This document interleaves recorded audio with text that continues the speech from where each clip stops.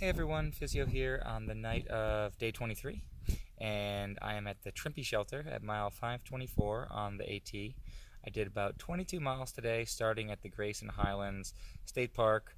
Well, maybe 24 total, but there was a little bit of blue blazing back up to the AT this morning, and then also to get to the shelter, which is slightly offset from the white blazes this evening. So it was a full day. It was my first day back above 20 miles since last week, since I was really cruising and did that stint of like over 100 miles in 4 days. That was pre-trail days or pre-wedding vacation that I had that coincided with trail days. So I feel good. I feel a little bit sore. I got a hot spot under my right foot. And then also I'm having a little bit of right knee pain, but that's more from last night's fiasco of spilling water, burning myself, tripping, and causing a whole big scene. So dealing with those couple minor issues, but overall it was a good day. The weather's really nice and it looks to stay that way, which is great. Did encounter a little bit of trail magic because I'm kind of trying to make it like 4 or 5 days on really only like 4 days worth of food. So situations like that are fantastic. It was a great midday pick-me-up, and it was also just kind of one of those things where I needed a sign that I needed to get back on the trail. It was the right thing to do, after you're seeing a whole bunch of friends this past weekend, doing a little bit of lighter mileage with your wife. It just was a really welcome surprise, so that was a nice treat as well. And what else? I wanted to talk a little bit about my tent. This is the first video I've made in my tent. It's about 8 p.m. and it's still light enough to talk a little bit about the Nemo Hornet Elite 2P, which is the tent I own, or one of the tents I own, and it's the primary tent of choice here on the AT. It's not really a two-person tent. It's more of like what they call a 1.5, so you can see that I have a little bit of space on each side of me here. So it's not as cramped as like your classic one-person tent would be. That's a really nice feature. Also, right here above me is a light diffusing pocket, so I don't have built-in LEDs or anything like we do in that other three-person tent that made its way into the video last night. And I don't really need it. I think this light pocket here does the trick. I have a little LED in there that I'll turn on, and it keeps me from needing my headlamp, after 9 o'clock, after hiker midnight, when I'm just trying to find something and it's a little too dark to see. So that works really well. It's a very fragile tent. It's like a 10D fabric, even on the bathtub floor.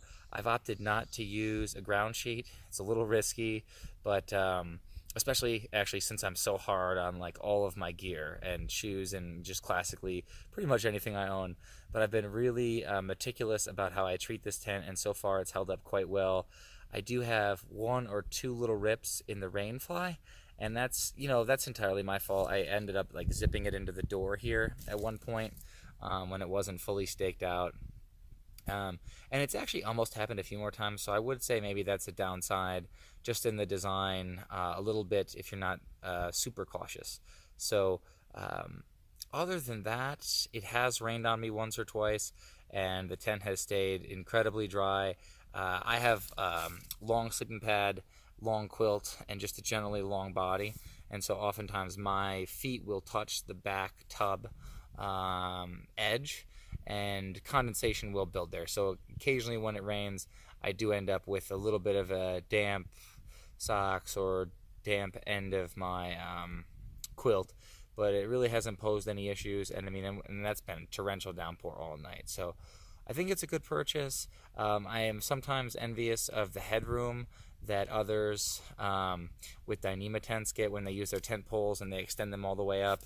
This particular tent, the Nemo Hornet Elite 2P, isn't really lacking in headroom.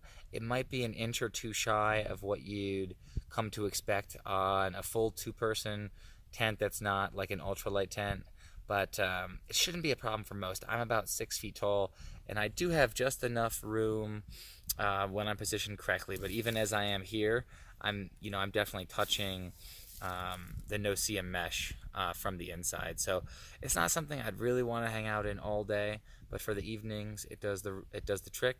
And I got to say I've enjoyed it a lot more than shelter life. So I almost 9 times out of 10 I'll have to be in my tent.